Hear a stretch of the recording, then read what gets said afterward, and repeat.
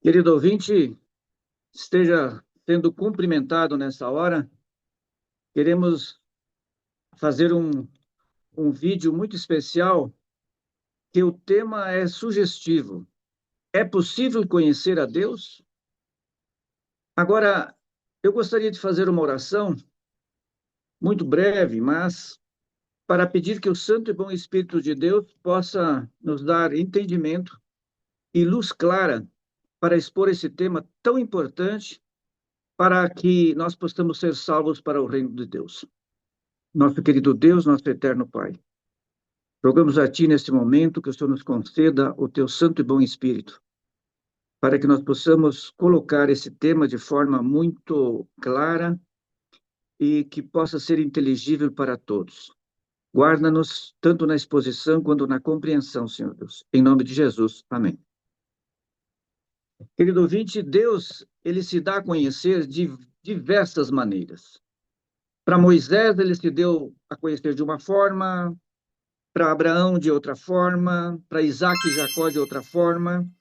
E nesta manhã eu não vou conseguir abranger todo esse tema, porque ele é muito vasto, e eu gostaria de aguçar os seus sentimentos para que você estude esse tema de forma toda especial. E até o fim da gravação você vai entender o porquê que esse tema ele é muito, vamos dizer assim, decisivo para a nossa salvação. Eu vou começar com um texto que está em Êxodo, no capítulo 6, do verso 2 e 3, quando Deus, então, ele fala para Moisés, e ele diz o seguinte: falou mais Deus a Moisés, ele disse: eu sou o Senhor. Apareci a Abraão, a Isaque e a Jacó como Deus Todo-Poderoso, mas, mas pelo meu nome, o Senhor, não lhe fui conhecido. Veja bem que chegou um momento, Deus ele faz uma escala cada vez mais progressiva para se dar a conhecer aos seres humanos, porque a grandeza de Deus é tão extraordinária, tão grande, que Deus ele resolveu a se dar a conhecer em partes progressivamente, até que nós possamos hoje então fazer esse vídeo e dizer a você o quanto é importante esse conhecimento de Deus. Nesse momento, aqui, eu quero ir para Êxodo, no capítulo 33. Em Êxodo, capítulo 33, o anjo de Deus iria adiante do povo, quando o povo saiu do Egito. E então, aqui, o anjo do Senhor nada mais é do que Cristo. Em cada atividade que Cristo faz ou executa, em favor ou em prol de alguma coisa, ele tem um nome especial. E aqui tem um detalhe importante no verso 10 e 11, quando ele diz o seguinte: todo o povo via a nuvem que se detinha à porta da tenda, e todo o povo se levantava, e cada um à porta de sua tenda adorava o Senhor. Falava o Senhor a Moisés face a face, como qualquer fala a seu amigo. Então voltava Moisés para o arraial, e porém o moço Josué, seu servidor, filho de Num, não se lhe apartava da tenda. Aqui mostra que Deus, para Moisés, num determinado momento, ele falava face a face com ele. Tanto que quando Moisés subiu ao monte para receber as tábuas da lei, e ele ficou lá 40 dias, Moisés voltou de lá com o seu rosto iluminado, com aquela glória que Adão e Eva tinham antes do pecado. Que maravilha estudar estas coisas e ver como Deus ele tem algo muito especial em cada momento quando ele se mostra a conhecer a nós. Mas tem algumas particularidades de alguns perigos de alguma liderança, principalmente, vamos dizer assim, hoje institucionalizadas aí, que não conhecem mais a Deus. E nós vemos na história se repetindo, e hoje, inclusive, está se repetindo, mas eu quero ir em Juízes, num tempo bem distante, para ver que as coisas estão muito correlacionadas com os nossos dias. E em Juízes capítulo 2, aqui no verso 8 até o verso 12, eu quero ler para você, porque eu terminei o verso anterior dizendo que o jovem Josué, quando era ainda moço, ele era serviçal de Moisés. Agora ele estava a comandar o povo de Deus. Então Deus agora fala através de Josué, de uma forma especial que eu vou ler aqui agora, em Juízes capítulo 2, do verso 8 ao verso 12, onde diz o seguinte: Faleceu Josué, filho de Num, servo do Senhor, com a idade de 110 anos. Sepultaram-no no limite de sua herança, em Timnate-Heres, na região montanhosa de Efraim, ao norte do monte Goás, mais precisamente Gaás. Foi também congregado a seus pais toda aquela geração, e outra geração após ele se levantou, que não conheciam o Senhor, nem tampouco as obras que fizera a Israel. Então fizeram os filhos de Israel o que era mal perante o Senhor, pois serviram aos Balins. E o verso 12, então, disse aí que eles deixaram o Senhor Deus e de seus pais, que os tirara da terra do Egito, e foram-se após outros deuses, dentre os deuses dos gentios e das gentes que não estavam ao redor deles, e adoravam e provocaram, então, a ira do Senhor. Veja bem que quando uma liderança, ela normalmente não é perpétua, ela se vai, você vê que quando não há pessoas que buscam a Deus, como no caso de Moisés, como no caso aqui de Josué, então a liderança ela começa a buscar outros valores, como como em nossa época está acontecendo. E eu gostaria de permear esse tema, se é realmente possível conhecer a Deus em nossos dias. Deus não mudou. Mas eu quero seguir adiante, porque eu quero pegar 3 textos do Antigo Testamento para poder mostrar algo que é nos nossos dias, para você poder fazer uma correlação e depois estudar esse tema e ver como ele é importante para os nossos dias, para a nossa compreensão e para a nossa salvação. Em 1 Crônicas, no capítulo 28, no verso 8 a 10, ele diz o seguinte: aqui, agora há um outro cenário, agora aparece Davi e Salomão, Davi agora entregando o cetro para Salomão, e ele então coloca aqui algumas coisas muito interessantes. Ele diz assim: agora, pois, perante todo Israel, a congregação do Senhor, e perante o nosso Deus, que me ouve, eu vos digo: guardai todos os mandamentos do Senhor vosso Deus e empenhai-vos por eles, para que possuais esta boa terra e deixeis como herança aos vossos filhos para sempre. Vocês viram que lá antes houve uma apostasia quando Josué morreu, e ninguém foi buscar a conhecer a Deus para dar prosseguimento ao povo de Deus ser um povo leal e fiel a ele. Mas aqui, agora, então, Davi, ao passar o cetro a seu filho Salomão, ele dá algumas instruções muito especiais, que não era para se apartar desse Deus do qual ele, Davi, conhecia muito bem e tinha uma intimidade muito grande com ele. No verso 9 diz assim: Tu, meu filho Salomão, conhece a Deus de teu pai, e serve-o de coração íntegro e alma voluntária, porque o Senhor esquadrinha todos os corações e penetra todos os desígnios e pensamentos. Se buscares, ele se deixará achar-se por ti. Se deixares, ele te rejeitará para sempre. Olha então o perigo de quando nós rejeitamos a Deus e nós podemos ser deixados para sempre. Esse verso 10 agora, ele diz assim: agora, pois, atende a tudo, porque o Senhor te conhece, o Senhor te escolheu para edificares casa para o santuário, se forte e faze a obra. Então, aqui Davi estava exortando o seu próprio filho para que fosse forte, fosse persistente, fosse realmente um escolhido de Deus, como realmente dava todas as evidências para Davi, que o próprio filho Salomão deveria então construir o templo e principalmente o santuário, no qual Deus então se manifestara para o seu povo.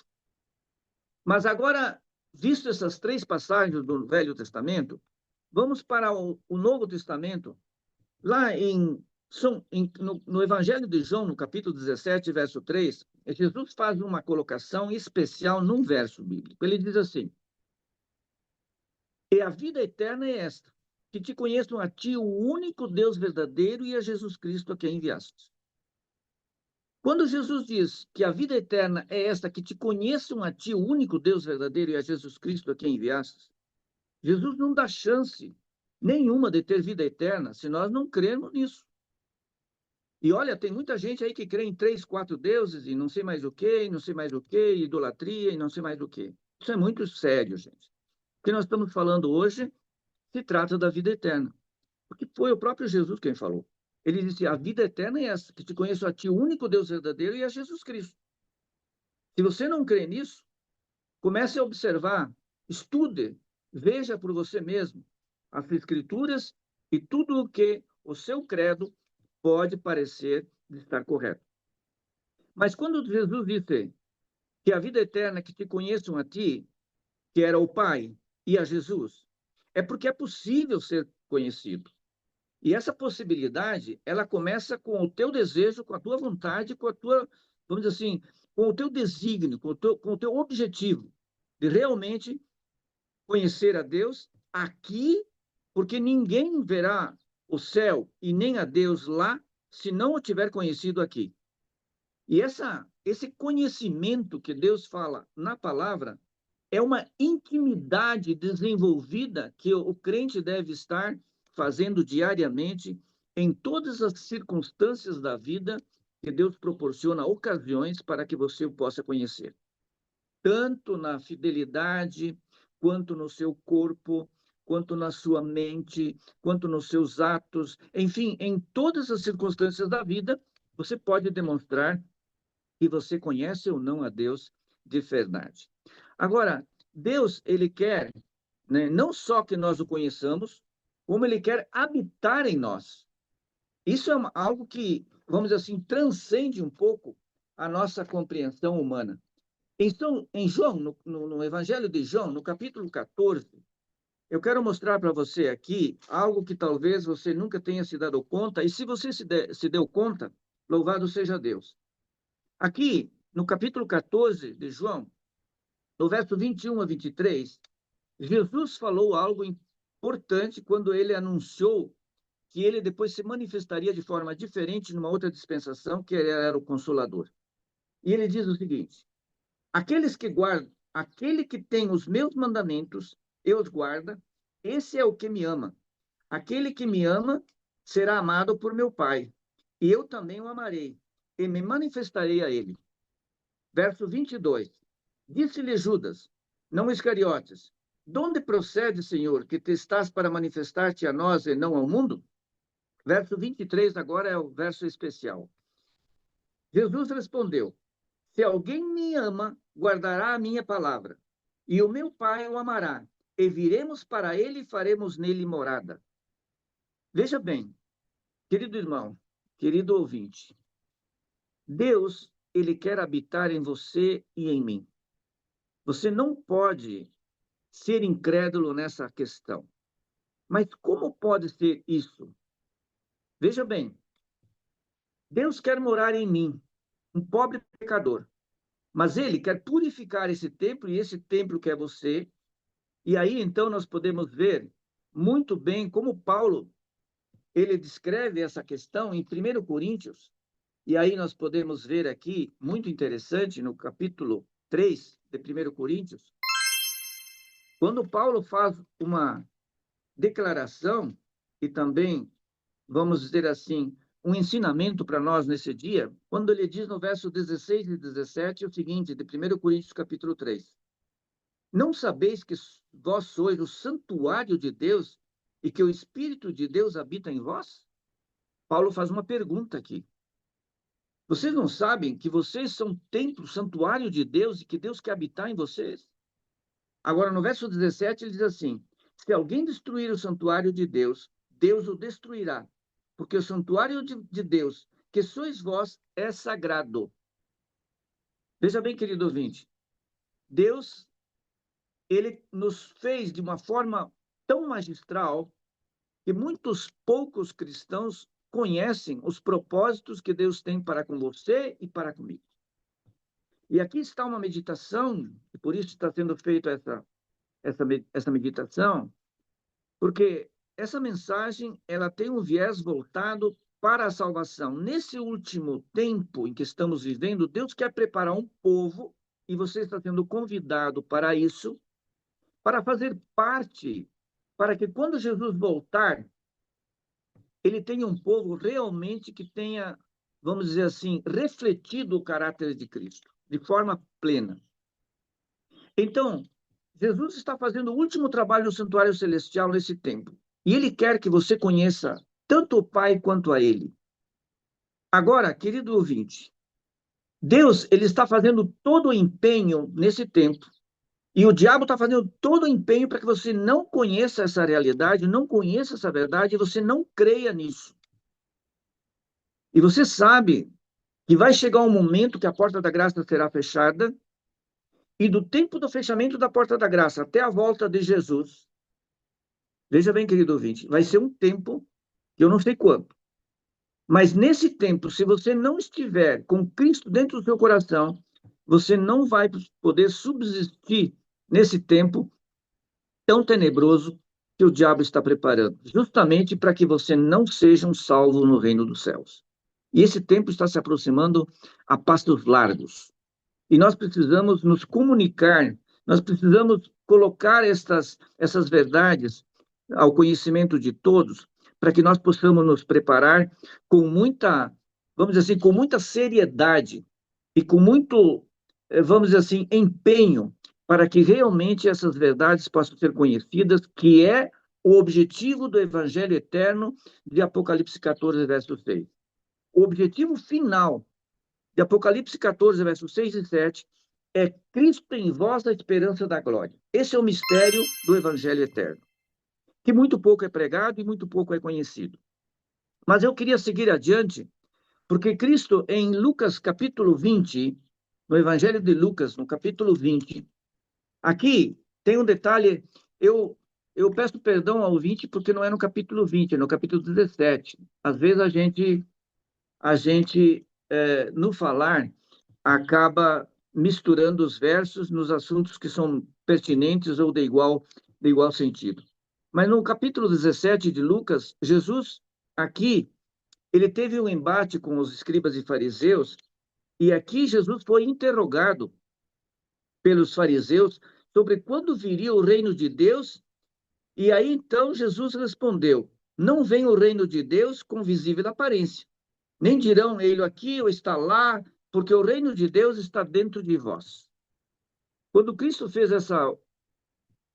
esse esclarecimento e divulgou essa questão, os fariseus ficaram, vamos dizer assim, impressionados, e ele colocou algo que até aí as pessoas não conheciam. Por isso que Deus ele vai se mostrando, vamos dizer assim, de forma progressiva. E aqui então só devemos buscar a Cristo. Ele é que nos dá a graça de realmente, vamos dizer assim, estar morando no nosso coração. E aqui, Paulo, ele faz uma colocação muito especial em Colossenses. Você pode abrir a sua Bíblia no capítulo 1, e o verso 26 a 28. Paulo, ele faz essa colocação de forma, assim, bem detalhada, e mostra que este mistério do Evangelho eterno, que estava guardado em silêncio, Paulo agora o revela e diz o seguinte, no verso 26 de Colossenses 1, o mistério que estava oculto dos séculos e das gerações, agora todavia se manifestou aos seus santos, aos quais Deus quis dar a conhecer qual seja a riqueza da glória desse mistério entre os gentios. Isto é, Cristo em vós, a esperança da glória. Agora, o verso 28, ele faz um fechamento como se fosse uma cerejinha lá no bolo. Ele diz o seguinte, o qual nós anunciamos e advertimos a todo homem, e ensinando a todo homem em toda sabedoria, a fim de que apresentemos todo homem perfeito em Cristo. Querido ouvinte, nós não conseguiremos entrar no céu se não tivermos esse caráter de Cristo espelhado em nosso caráter. Nós vamos só ser salvos se nós acreditarmos nessa maravilhosa doutrina que Cristo nos deixou, que é para que nós conheçamos o Pai e a Ele, primeiramente o Pai como único Deus, e a Ele como único Senhor e Salvador nosso, do qual Ele quer ser. Mas essa maneira de conhecer a Deus só é possível através das Escrituras Sagradas. E eu me reservo agora o direito de falar para você um verso que talvez lhe seja um pouco desconhecido, mas é importante nesse momento, que está em 2 Pedro, no capítulo 1, do verso 3 ao verso 5. Pedro aqui ele faz uma colocação muito especial, vamos dizer assim, adicionada a todos os versos que até aqui foram comentados nesta mensagem. E veja bem o que Pedro diz aqui, no primeiro capítulo de 2 Pedro, no verso 3 ao verso 5. Visto como, pelo seu divino poder, qual é esse divino poder? O de Cristo, o poder que tem no Evangelho, quando você crê que Cristo é o teu Salvador e que lá na cruz ele derramou o sangue e esse sangue vai te lavar para você então fazer parte do reino de Deus. E aqui então Pedro coloca, visto como o seu pelo divino poder nos tem sido doado todas as coisas que conduzem à vida e à piedade, pelo conhecimento completo daquele que nos chamou para a sua própria glória e virtude. Veja como Pedro também está sinergético a esse conhecimento que Deus quer que nós tenhamos dele e que Pedro tinha e que ele quer dizer agora para nós, para que nós fiquemos alertados quanto a essa verdade que estamos nesta manhã aqui colocando para você. No verso 4 ele diz assim, pelas quais nos tinham sido doados todas as suas preciosas grandes promessas, para que por elas vos torneis co-participantes da natureza divina. Aqui, livrando-vos da corrupção das paixões que há no mundo.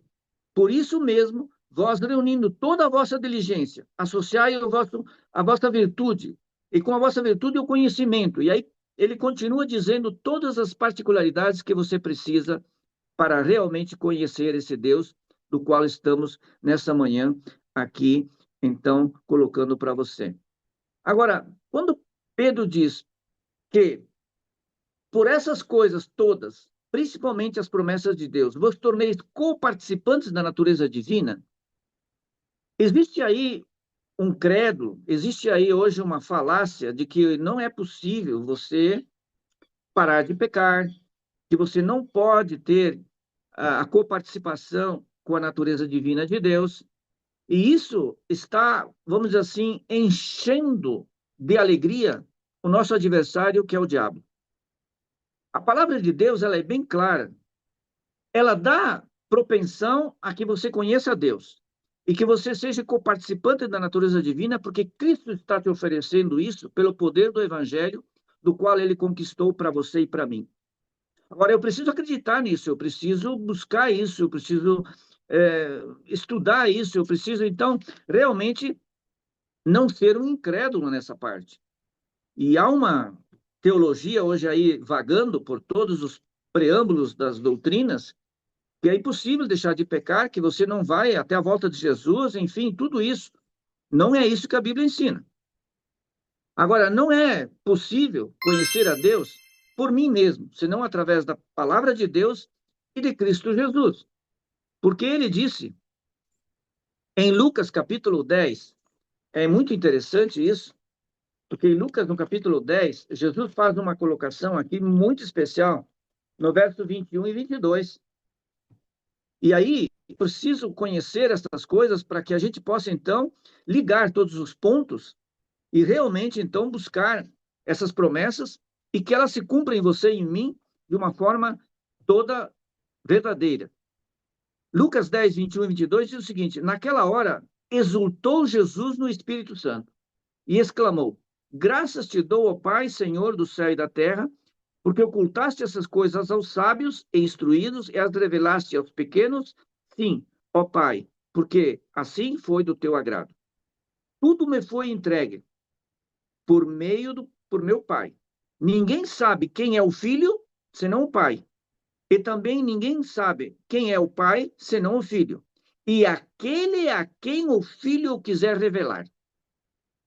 Então, você vai conhecer o Pai e a Jesus se você realmente buscar a Jesus na sua palavra, porque aqui é o Verbo, se fez carne e habitou entre nós, mas ele deixou aqui a palavra dele, que tem o mesmo poder de que quando Cristo estava aqui. Então, Cristo ele coloca aqui de uma forma muito especial, que ninguém vai conhecer o Pai senão através dele, de Jesus. E a quem ele quiser revelar. Que você seja uma pessoa da qual Jesus quer revelar todas essas coisas para que você seja um salvo. Muito especial esse texto que Jesus fala aqui, porque nos dá a entender que realmente, quando você buscar Jesus de todo o coração, crendo que realmente ele é o Filho de Deus, que ele veio e morreu na cruz para te salvar, e que o poder do Evangelho te dá essa condição, você então receberá dele essa graça e essa bênção. Agora, não dá para, vamos dizer assim, transmitir em poucos minutos a alegria, o gozo espiritual de quem realmente conhece a Deus, tanto o Pai quanto a Jesus, sempre sabendo que, conhecendo o Pai e conhecendo a Jesus, você pode ter o poder e o dom do Espírito Santo, que é realmente que você precisa para conhecer, porque é ele que vai te conduzir, que é o Espírito de Cristo, que te conduzir em todas as particularidades do conhecimento, tanto do Pai quanto de Jesus. Agora, não devemos esquecer, né, que existe uma parábola do servo vigilante.